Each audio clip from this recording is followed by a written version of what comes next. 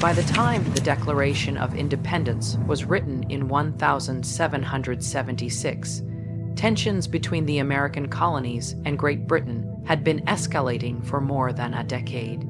The historical context of this revolutionary document lies in the complex political, economic, and ideological developments that unfolded between the end of the French and Indian War in 1763 and the opening shots of the Revolutionary War in 1775. The French and Indian War had been costly for the British Empire, and in its aftermath, Parliament sought to tighten control over its American colonies and raise revenue to pay down war debts. This led to a series of unpopular laws and taxes that the colonists increasingly viewed as infringements upon their rights as Englishmen.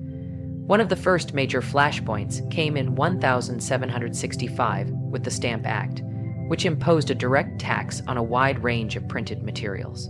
The colonists reacted with widespread protests, arguing that it was unjust to be taxed by a parliament in which they had no representation. This rallying cry of no taxation without representation became a unifying slogan and marked the beginning of organized resistance.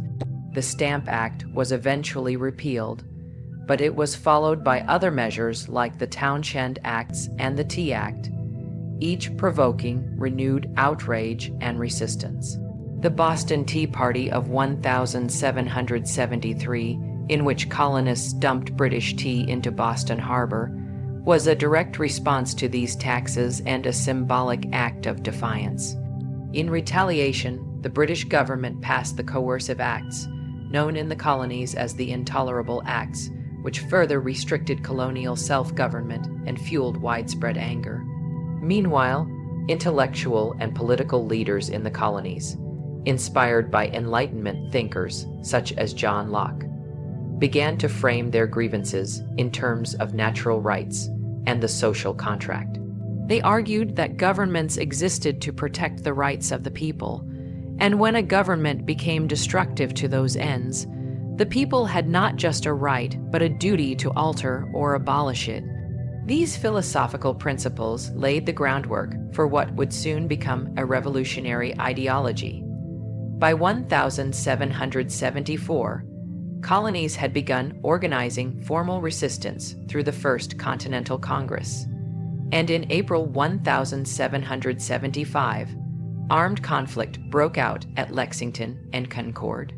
What began as protest and petition had evolved into full-scale rebellion. As the war escalated and the possibility of reconciliation with Britain faded, colonial leaders realized that a formal declaration of independence was both necessary and inevitable.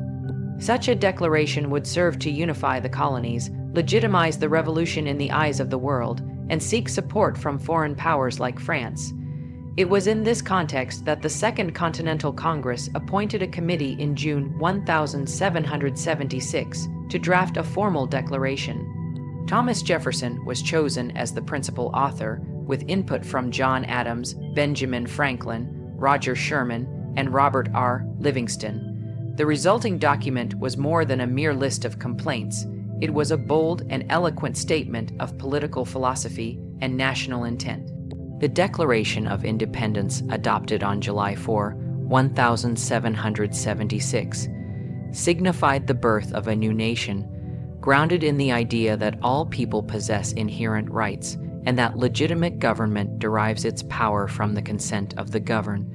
The historical context of the Declaration is thus rooted in both specific colonial grievances and broader Enlightenment ideals that continue to shape democratic thought to this day. The Declaration of Independence was created to serve multiple, intertwined purposes, all critical to the birth of the United States and its place in the world. At its core, the document was designed to officially announce the American colonies' decision to sever their political ties with Great Britain. This was not a move taken lightly or impulsively, but the result of years of growing tension, failed attempts at reconciliation, and mounting injustices perceived by the colonies. The leaders of the Continental Congress recognized that simply waging war without a formal statement of purpose would lack legitimacy. Therefore, they sought to clearly articulate the reasons for their revolutionary action, both to their own citizens and to the international community. One of the Declaration's most immediate objectives was to unify the 13 colonies under a single, coherent cause. While many colonists had already been engaged in acts of resistance against British rule, not everyone supported outright independence. There were still hopes among some that relations with Britain might be repaired. By stating their intent explicitly and explaining their rationale in philosophical and moral terms, the Declaration aimed to consolidate support among the colonial population. It offered a framework for understanding the conflict not simply as a rebellion, but as a justified response to tyranny. It also reinforced the idea that the colonies were not acting out of haste or disorder, but were following reason, principle, and a well-considered course of action. Another fundamental purpose of the Declaration was to present a case to the rest of the world, particularly to other European powers, that the colonies were now a separate and sovereign entity. By framing their cause within the broader ideals of liberty and self-determination, the authors hoped to gain sympathy and, more importantly, political and military support from foreign nations such as France and Spain. The international audience was critical. Without allies, the fledgling revolution faced slim odds against the powerful British Empire.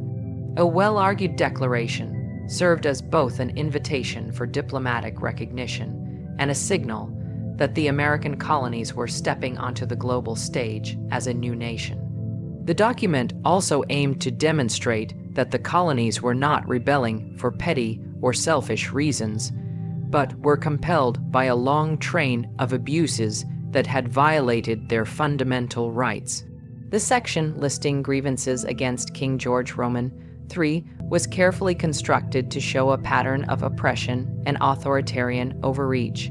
These accusations were meant to prove that the British Crown had broken the social contract that justified its authority.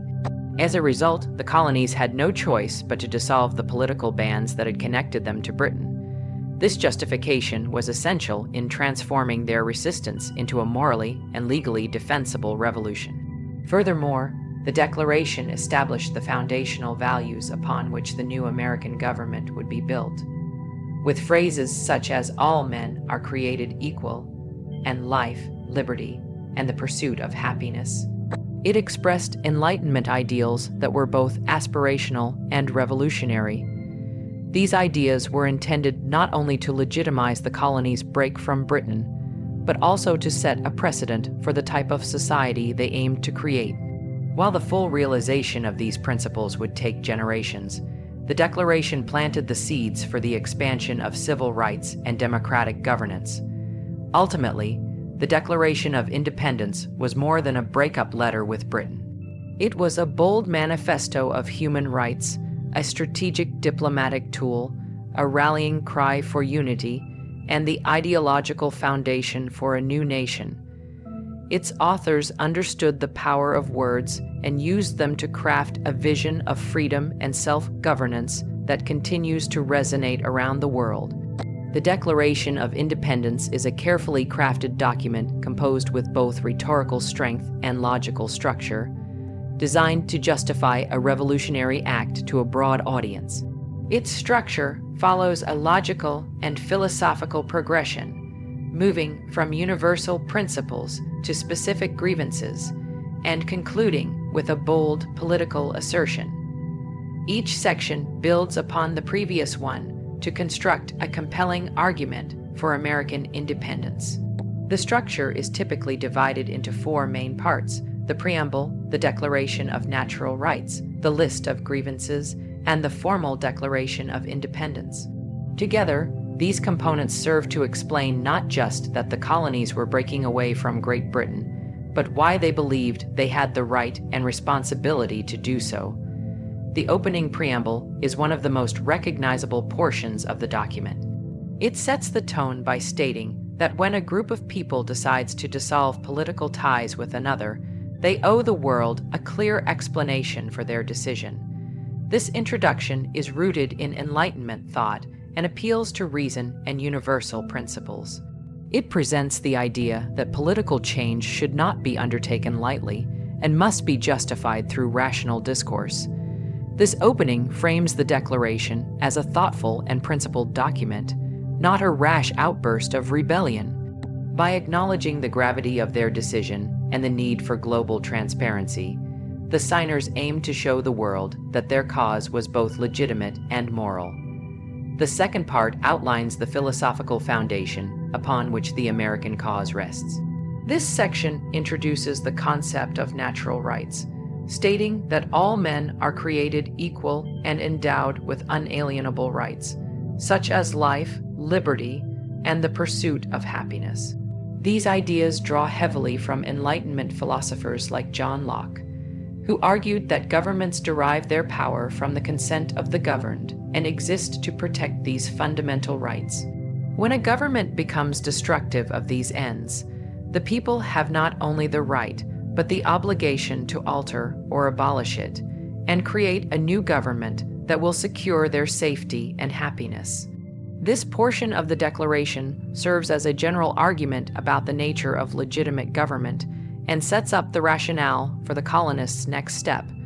The third and longest section of the Declaration is a detailed list of grievances against King George Roman III. This part functions as the evidence to support the claim that the British government has violated the colonists' rights and lost its legitimacy.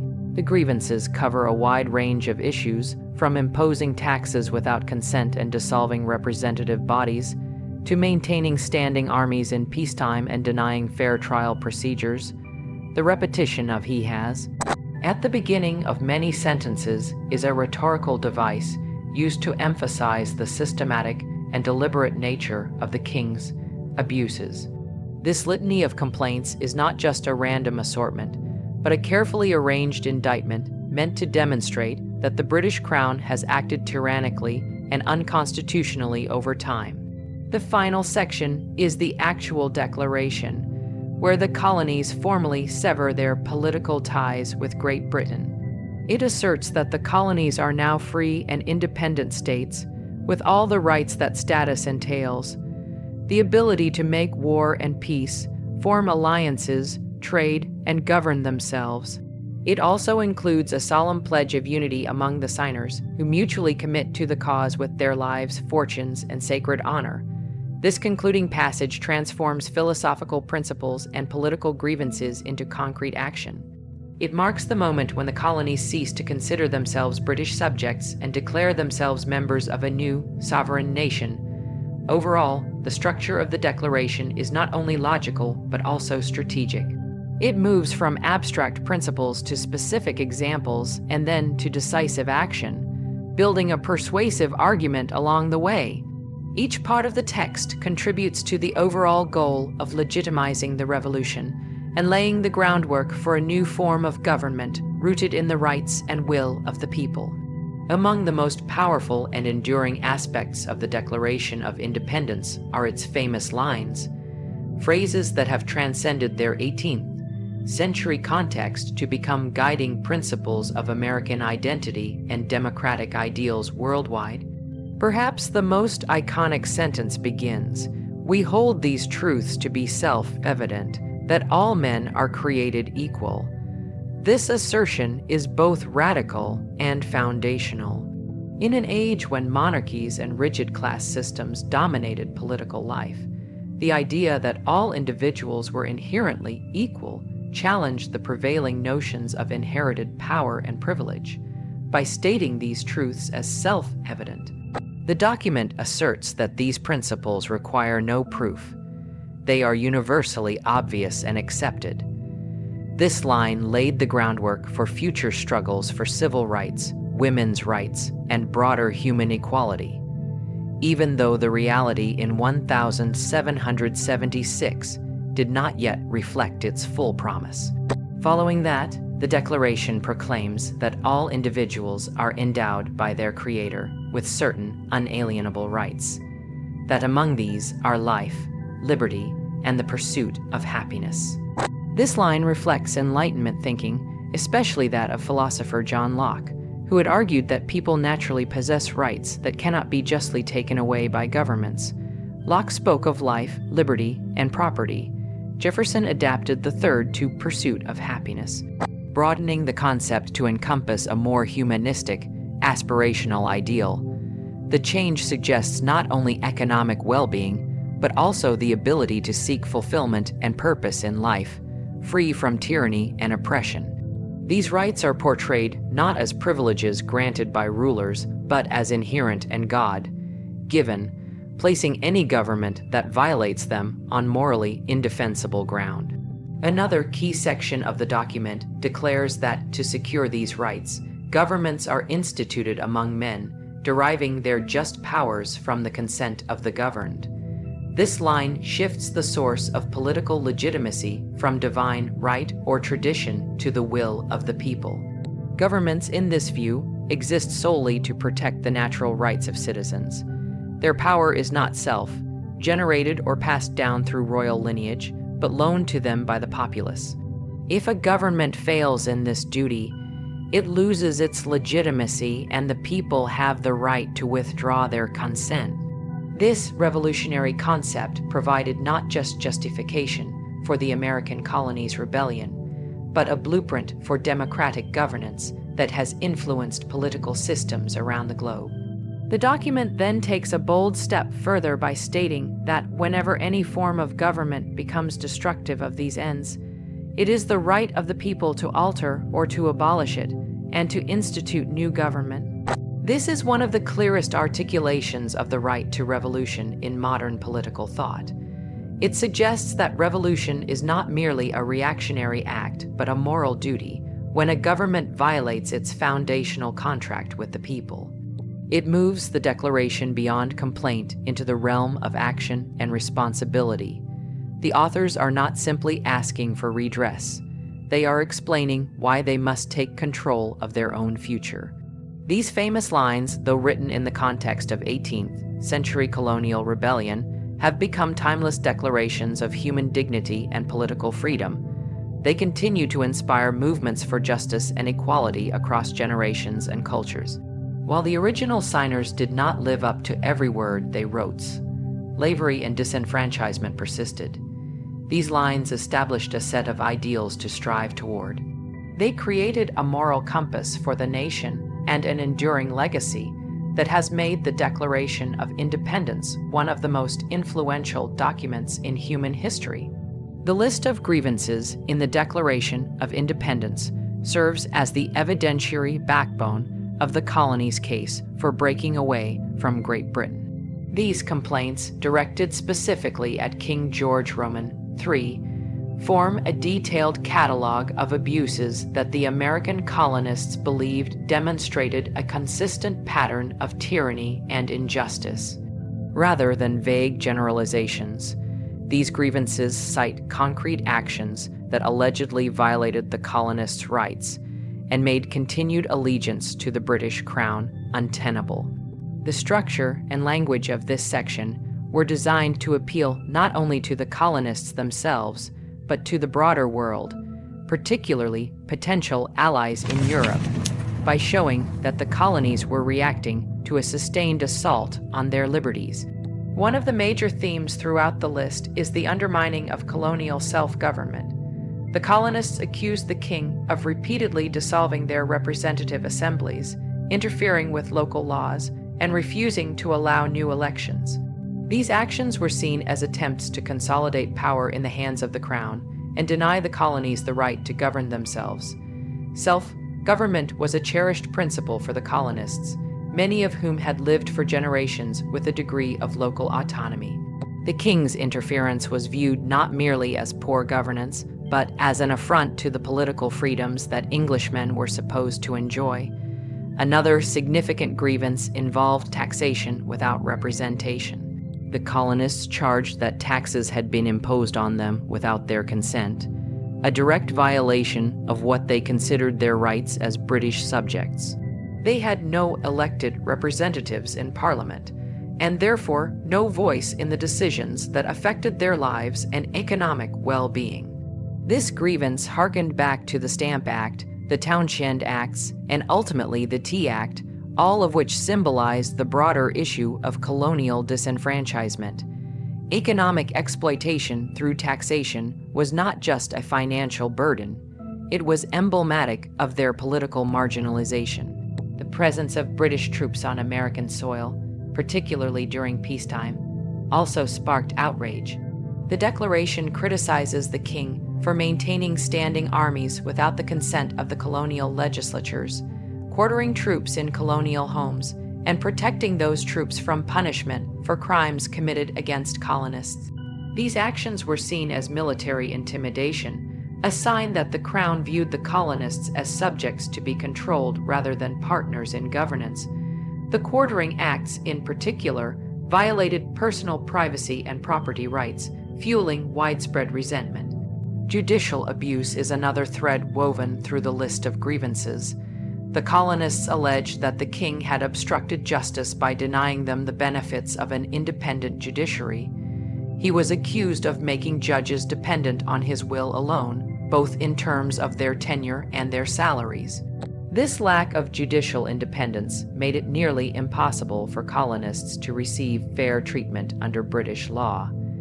It also served to reinforce the perception that the entire structure of governance was being twisted to suppress dissent and control the population. Trade restrictions and economic manipulation also feature prominently. The colonists complained that the Crown had cut off their trade with other parts of the world, imposed unjust tariffs, and manipulated the economy to favor British interests. These policies limited economic freedom and self-sufficiency, turning the colonies into sources of raw materials and markets for British goods rather than independent economic entities. In its totality, the list of grievances aimed to prove that the king had not only failed in his duty to protect the rights of his subjects, but had actively worked to undermine those rights.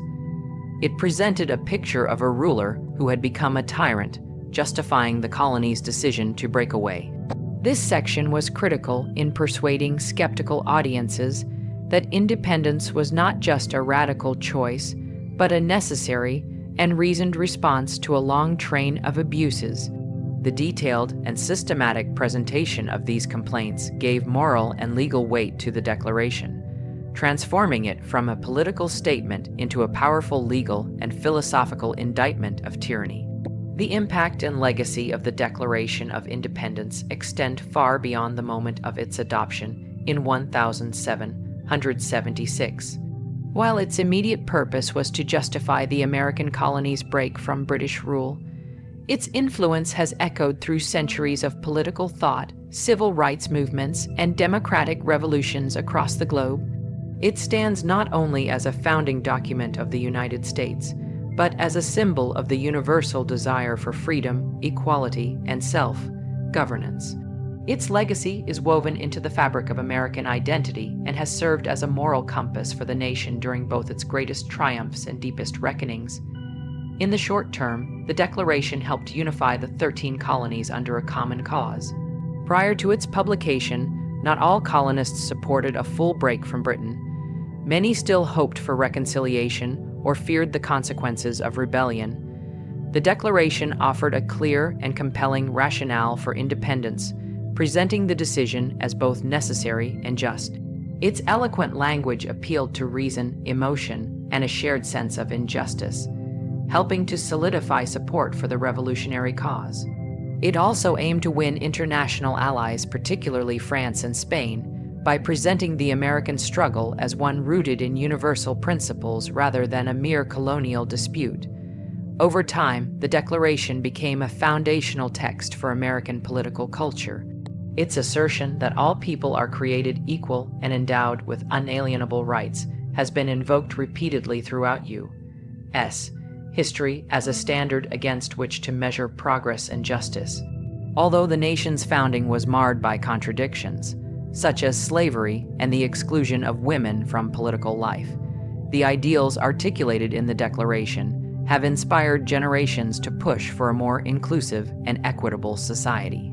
The abolitionist movement, the women's suffrage movement, and the civil rights movement all drew on the Declaration's language to demand recognition and rights that had been long denied.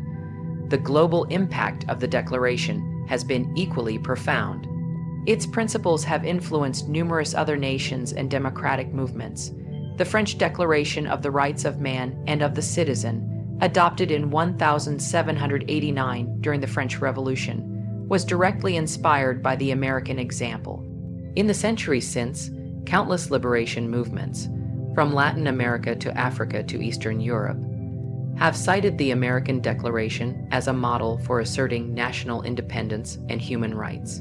It has come to represent not just the birth of one nation, but a broader assertion of the right of people everywhere to determine their own destiny. Within the United States, the Declaration's legacy continues to evolve. It has been etched into monuments, recited in schools, and referenced in countless speeches, most notably by leaders like Abraham Lincoln and Martin Luther King Jr. Lincoln famously drew on its principles in his Gettysburg Address, stating that the nation was conceived in liberty and dedicated to the proposition that all men are created equal. King invoked it in his I Have a Dream speech, calling it a promissory note that the nation had yet to fully honor. These moments underscore how the Declaration remains a living document, one that challenges each generation to live up to its ideals. Despite its historical limitations and the imperfect reality of the society that produced it, the Declaration of Independence has endured as a statement of aspiration and resolve. It encapsulates a belief in the dignity and agency of the individual and in the right of people to shape their own government. Its enduring power lies not just in what it accomplished in 1776, but in the way it continues to inspire efforts toward justice, equality, and freedom. As both a product of its time and a beacon for the future, the Declaration remains one of the most consequential and revered documents in human history. The Declaration of Independence is one of the most iconic documents in American history, but it is also surrounded by numerous myths that often obscure its true nature and historical context. One of the most persistent myths is the idea that the Declaration was signed on July 4, 1776. While the Continental Congress did adopt the document on that date, the actual signing did not occur until August 2, and even then, not all the delegates signed it at once. Some signed later, and a few never signed at all. The belief that all the Founding Fathers came together in a dramatic, unified moment of patriotic fervor is a romanticized version of events that simplifies the complex and often contentious political process that led to independence. Another common misconception is that the Declaration of Independence created the United States government. In reality, the Declaration was a statement of intent, not a framework for governance. It did not establish a system of laws, create branches of government, or provide a constitution. That work came later with the Articles of Confederation and eventually the U.S. Constitution. The Declaration was a revolutionary document, not a legal one, intended to explain and justify the colony's decision to break away from British rule. Its role was to articulate the reasons for rebellion and to rally support, both domestically and internationally, for the cause of American independence. A further myth involves the portrayal of the Founding Fathers as a monolithic group of idealists who were united in their vision for the new nation. In truth, they were a diverse and often divided group, representing different regions, economic interests, and political philosophies. Some were reluctant to declare independence and were persuaded only after prolonged debate and mounting tensions. Their unity on July 4 was hard, won, and fragile. Additionally, many of the signers, including Thomas Jefferson, owned slaves, and the lofty rhetoric about equality and unalienable rights did not extend to all people living in the colonies. The document's ideals were revolutionary, but their application was highly selective. There is also a tendency to view the Declaration as the moment when the American Revolution truly began, when in fact the conflict had already been underway for more than a year by the time the document was adopted. Battles such as Lexington and Concord and Bunker Hill had already taken place, and the colonies were already in a state of armed rebellion. The Declaration served to formalize and publicly declare a course that was already in motion. It was less the beginning of the revolution than a formal announcement of a path that had already been chosen. Lastly, there is a myth that the Declaration of Independence immediately transformed the American colonies into a united and functioning nation. The truth is that the years following the Declaration were marked by great uncertainty, military struggle, and political instability.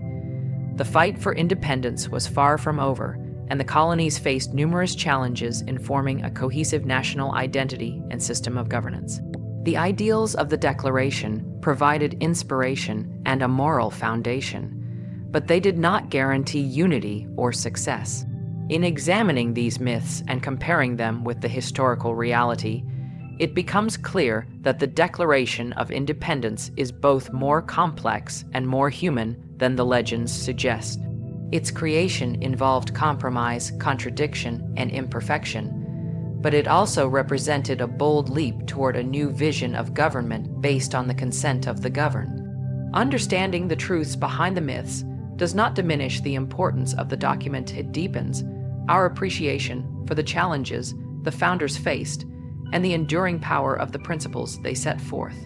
By confronting the myths, we gain a clearer, more nuanced understanding of one of the most significant moments in American history.